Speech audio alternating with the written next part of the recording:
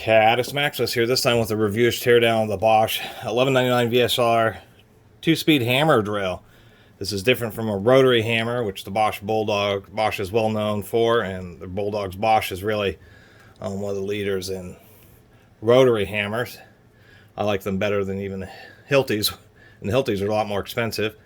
I don't think I'm going to do a hammer drill test per se on this, just because I'm not a big fan of hammer drills, just because they're noisy and they make a huge amount of vibration, and really are just for smaller holes. They're just for people who, and you really don't save that much money. It's like a $50 or $75 difference between this Bosch hammer drill and an actual rotary hammer, which has a whole lot less vibration and a massive amount of extra performance. The difference between a hammer drill and a rotary hammer, in this case we'll put it on hammer mode. I mean, this Bosch is a nice one.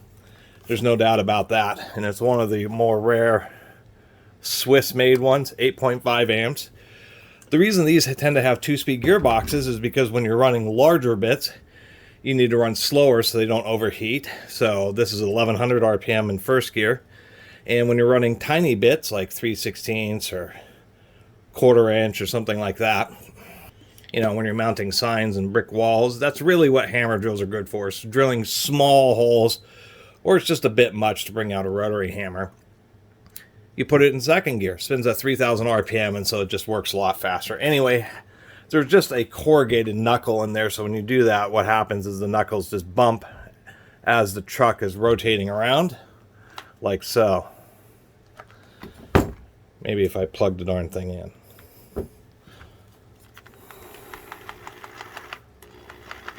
Now you can see this Bosch actually has quite an aggressive action. Some hammer drills don't move very far. This one has very large teeth. These teeth do wear as you use the chuck, and that's the reason that there's just so much vibration, is because it's just dog teeth bouncing off each other, and then you just have this little switch that prevents the chuck from pushing in, and it runs normally. Going to do a little test drilling operation. One thing I'll mention is super frustrating, and Makita is also notorious for this, is that it's a surprisingly enough, the spindles seem to be standardized 1/2 inch 13, or in this case, excuse me, 1/2 inch 20 spindle, but it uses a darn metric chuck key, and this is missing its chuck key. None of the standard size Jacobs fit. It just makes it an absolute bear to have to custom order a chuck key, because you can't just pick any old chuck key up. I have one of these like universal ones, and it barely works. Really get annoyed by manufacturers when they decide to use proprietary chuck keys, knowing people are going to lose those things, and nobody's going to stock metric chuck keys. Anyway, I don't have anything to hammer drill through. I primarily got this because it's just a 2-speed 1/2 inch drill, and it allows you to have a real high speed. Occasionally I might use it for hammer drilling, but hammer drills just numb your hands and are super loud. But we got it in low speed. We'll just run this 1-inch auger bit and see how it does.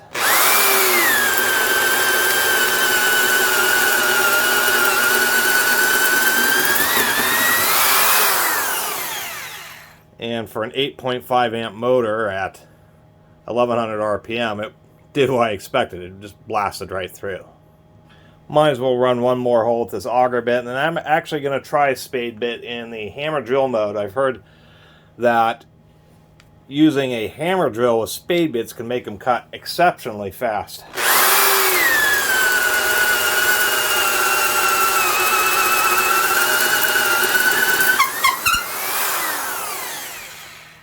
So it works pretty well enough at a 1/2 inch in low gear.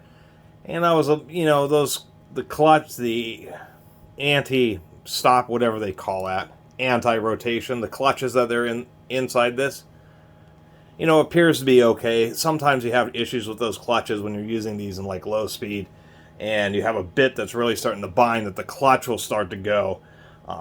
But this seems to be decent enough. See how this works out for you. I'm going to be in high gear, so I don't want to give it too much load, so I'm just using a 1-inch spade bit. We'll drill one hole without it in hammer mode, and we'll try the next hole with it. I don't know if we're going to be able to really see much of a difference, but I've heard that particularly in hammer drills, that the hammering action tends to drive the spade bit a bit harder and takes a bigger bite when it's in hammer mode.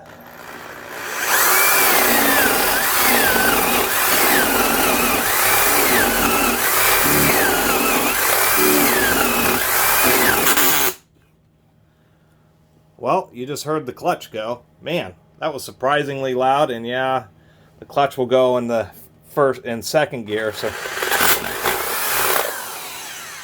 right when it was trying to break through. So that clutch was actually loud. Sounds almost like it was in hammer drill mode. So the reason it doesn't go quite as easy in first gear is because since the clutch is at the very first stage right off the motor, that when you're in low gear, basically you're reducing or amplifying the torque, reducing the speed, amplifying the torque after the clutch, so it takes a bunch more resistance on the chuck to make the clutch glow, where versus in second gear, it takes a lot less resistance. Anyway, at least the clutch does work, and that's the whole purpose of it, is to prevent wrist twisting. Although, you know, personally, a lot of times those darn clutches, like here, just go too easily, just slip too darn easily.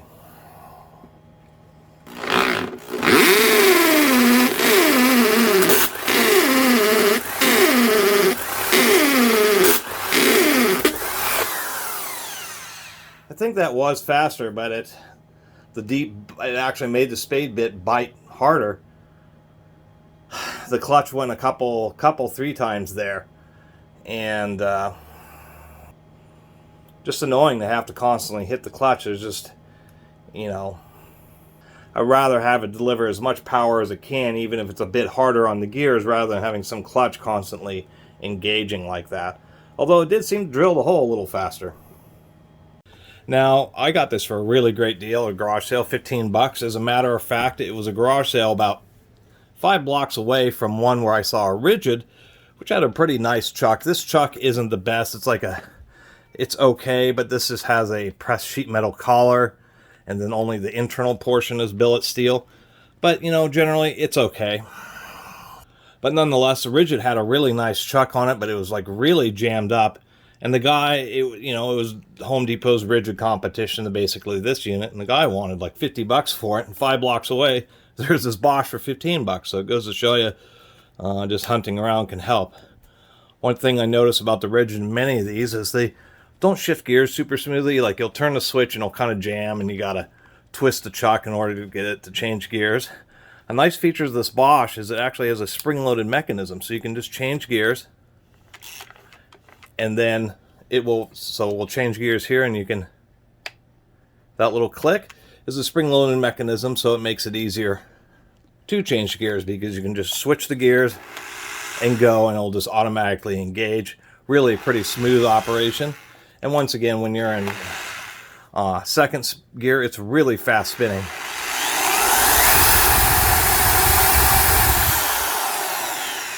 Which is the one reason I kind of like hammer drills, is because they're just big half-inch drills that tend to run a bit faster than many traditional half-inch drills. In this case, it's 1100 RPM, but it has a pretty big 8.5 amp motor. The nice thing is that you have that extra speed, so that when you're using smaller drill bits for metal drilling or wood drilling, it's just nice to be able to kick it up into high gear and be able to spin the bit really fast. It's one of the few tools that you actually have that ability to do that with.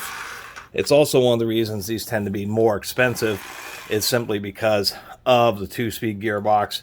Makes them a bit longer, makes them a bit heavier, but it is, once again, provides you an option that just is very rare in the corded tool world. Usually it's just cordless drills that actually give you mechanical gearboxes, except for hammer drills.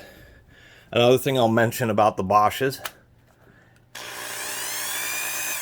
it's primarily run in the forward direction. That high-pitched whine is just because of the brushes are really worn in the forward direction, is this, which is a rotating brush card. That's why the reverse switch is up here. Electric motors have timing, just like car engines. It's what's known as the slip angle. And so they are tuned to really run in one particular direction. And it has to do with the way the commutator and the contacts on the armature, the rotating portion of the motor, are oriented. in relation to the field, which is the big magnetic windings on that don't move. With tools that just have a little flip lever, what they're doing is they're reversing the polarity of the brushes. I mean, usually power comes in, goes in through, the left brush, through the commutator, out the right brush, and then through the field. And when you hit the reverse switch, all it's doing is making the power go in through the right brush, causing the motor to run in reverse. But its slip angle is still tuned for the whatever its normal, say clockwise or counterclockwise, its normal operating direction, so that when you flip just the wires on the brushes, you lose about 30% of the power. That's the whole reason rotating brushes exist, is to overcome that issue.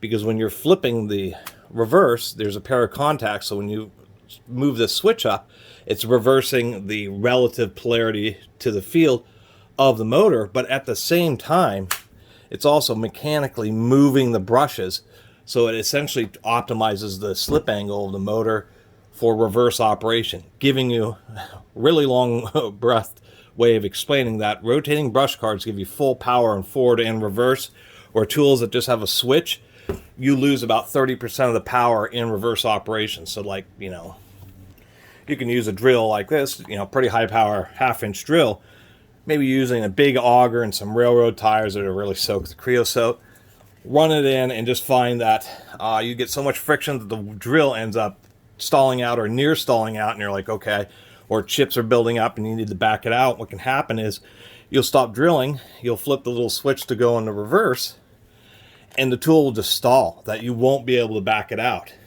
And you're stuck removing the chuck and getting a socket, half-inch socket on the auger to actually remove it from the hole, because flipping the switch, by reversing the motor using that method, you're just not getting as much power. So you can, black hole yourself. You can go in, but you can't go back out.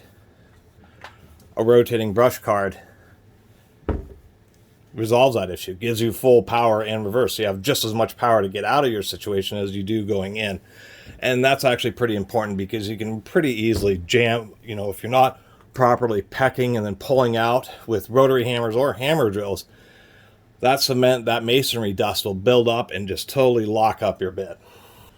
T20 screws in the handle, and we can see that this one has, a reasonable amount of use on it, mainly because if we look at the brushes here, we can see that they're kind of down in the holders, although the holders are actually pretty darn tall and long, so who knows exactly how much usage this has. Not super easy to really see the commutator, although it doesn't look that worn, I should say. So these brushes may not have actually fully extended all the way out. Hammer drills are the harshest, the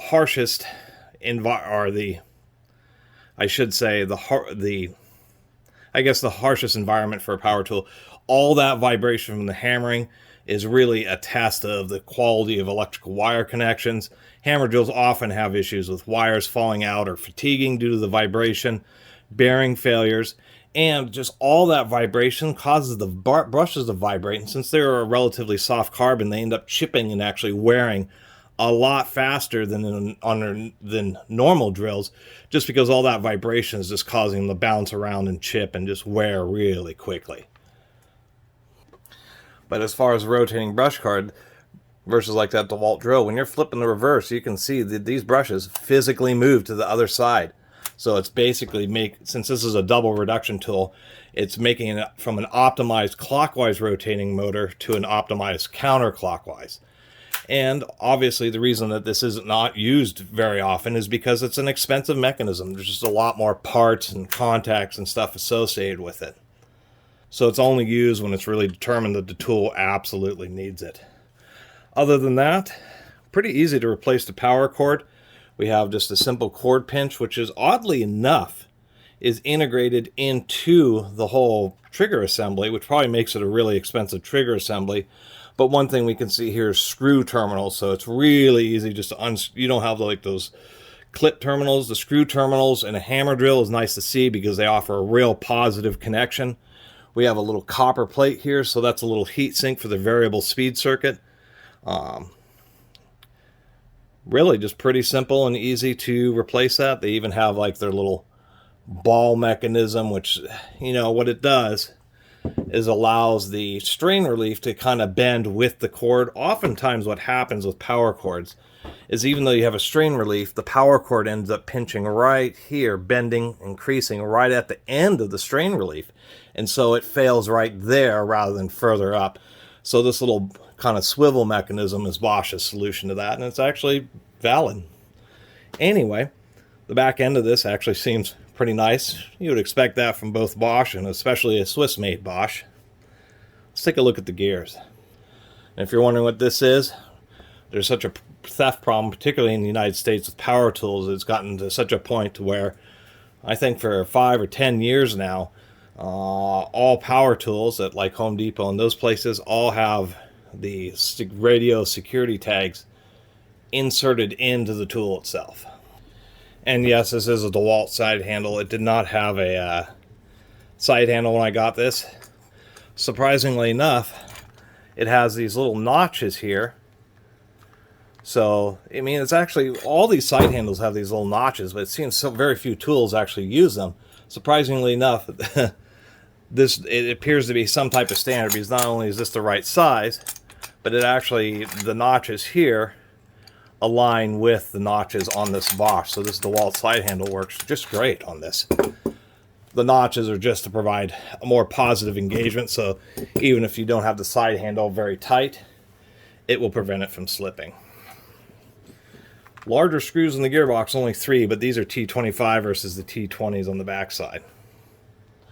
Do have a little hole right here, and I believe that's just to put a few drops of oil in, just to help lubricate the spindle a little bit.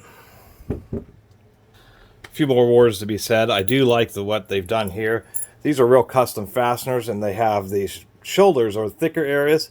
These fit really tight into the bore on the gear case. So when you take it apart and you put it back together, this maintains a real precise alignment. I actually like seeing that. And if we just go nice and easy here, we'll be able to knock this whole thing apart. And surprisingly enough, we can already see, here we go, there's the back side. You can see the real aggressive teeth. That's what's bouncing up and down. That's what's actually causing the hammering action. If we just look, you can just make out there. Actually, let me get a little bit of zoom. There we go. I might be able to see easier. That's a needle bearing back there, so that's actually good to see. Pretty complex casting here. We can see that they also have a gasket, which really nice touch. I mean, when it comes to concrete drilling tools, Bosch's are pretty darn nice. It's indeed another needle bearing way down in there. Could use a little bit more grease. They were just a little bit shy on the grease. Surprised that there's 2 posts there. And then there's the back side of the dog. We have 2 gears on the front. That's part of the 2-speed transmission. The gears are pretty dry. I'm going to put some more lube in there. And looking online, I can tell that there's actually a needle bearing up here too. They don't use ball bearings because of the way the spindle has to actually move back and forth. And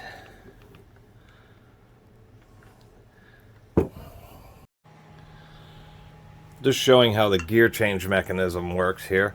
Trying to get the right kind of lighting.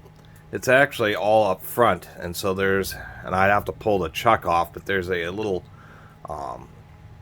I guess, spline type system or device in the front. And what it does is either locking the spindle to one of these 2 gears. You can see these 2 gears. So of course the smaller gears for higher speed and the larger gears for lower speed. So in this case we're currently in 1st gear. So what ends up happening is it disengages the smaller gear, and we can see that it's spinning and the larger gear is locked in place.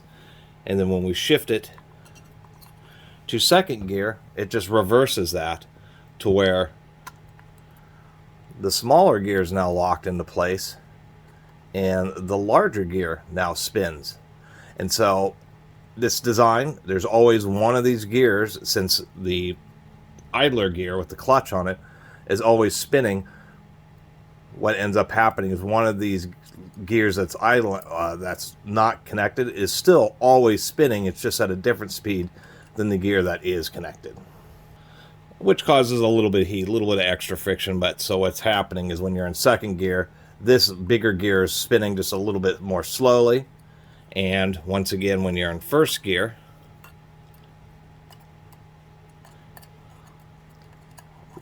the smaller gear, this one's spinning a little bit faster than the spindle. Just like a manual transmission, only with 2 speeds. Now, as far as the clutch, and you may have noticed that it has this anti-rotation. It's kind of an interesting design. What they've done here is we have our idler gear. So the motor's always engaged in this helical cut spur gear there. And then this is the 2 sets of gears, low speed and high speed. And these 2 gears are actually press fit together. So how this whole system kind of works is if you hit something and it locks up, what ends up happening is if you look, you can actually see that there's these bumps and the teeth are uneven lengths. See, this bump, this tooth is shorter, the bump goes up, this tooth is longer, and it goes down to a trough. So that's actually similar to the hammer drill mechanism. It's just a bunch of uneven teeth. And these washers are press fit onto the bottom, and there's a big spring, or a pretty stout spring in there. And so when the spindle locks up, what ends up happening is the motor spins this collar portion and it bumps up and down, and that's essentially your friction clutch. And you can tighten this clutch just by pressing these washers on a little bit further. So once again, as the clutch activates, what happens is this gear is going to bounce back and forth on these little bumps. These type of clutches, they do work, but my understanding is once they kind of slip, they tend to want to slip a little easier each time afterwards, just because they'll cause a little bit of wear. I don't know how well this one may hold up, but that's generally how this system works. Anyway, I'm going to put this back together. I do like the seal in it. It's a really convoluted seal. It goes all the way around, but it does help keep the grease in the gearbox, even though, once again, I think they could have added a little bit more grease. I think this whole plastic insert right here, I have no idea exactly what the purpose of that's for, to tell you the truth. Maybe it's just to help manage keep the grease in the areas where it's supposed to be. But once again, I'm going to add a little bit more and do a little drilling test. So there's my review and teardown of this Bosch hammer drill. Like it a lot. It's actually built pretty nice. But of course, I mean, using a weird proprietary chuck key that's hard to find is frustrating. And actually just drilling with that simple spade bit, like at the beginning of the video,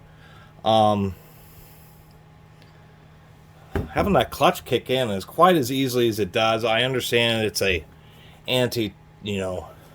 kickback, trying to prevent it from, giving you, kind of a safety thing. But like in this tool, it's just too weak. It's set too low. And it's pointless to have like a big old 8.5 amp motor if you can't get all that power out of it because the darn clutch slips. And I think a lot of professionals would generally agree that, if you're operating a drill properly secure, have a steady footing or properly gripping on it, that even if it does jam without a clutch, I mean, I've done a lot of reviews of a lot of big 1/2 inch drills and bigger. I mean, I haven't had one of my 3/4 inch drills jam on me, but certainly have been able to handle every time a bit's jammed or they really have torqued around to prevent them from actually injuring me or twisting my wrist or anything like that. And so you'll have to make that evaluation. As a hammer drill, it'll be fine, because hammer drills, when drilling through masonry, there isn't actually a particularly lot of resistance. That's why they end up having a lot of speed, because they just want to get a bunch of little taps and pecks as quickly as possible and spinning it relatively quickly so it can try to evacuate the dust. Although you're supposed to peck just like I was doing with that spade bit. But ultimately, you know, a hammer drill like this with the clutch, if you're running like a big long auger like this, these things are notorious for really binding and you needing a lot of torque. And I'm sure, and that's kind of the crux, as I was talking about having full power in both forward and reverse because of the reversible brush card. But it's irrelevant if the clutch is just going to slip anyway.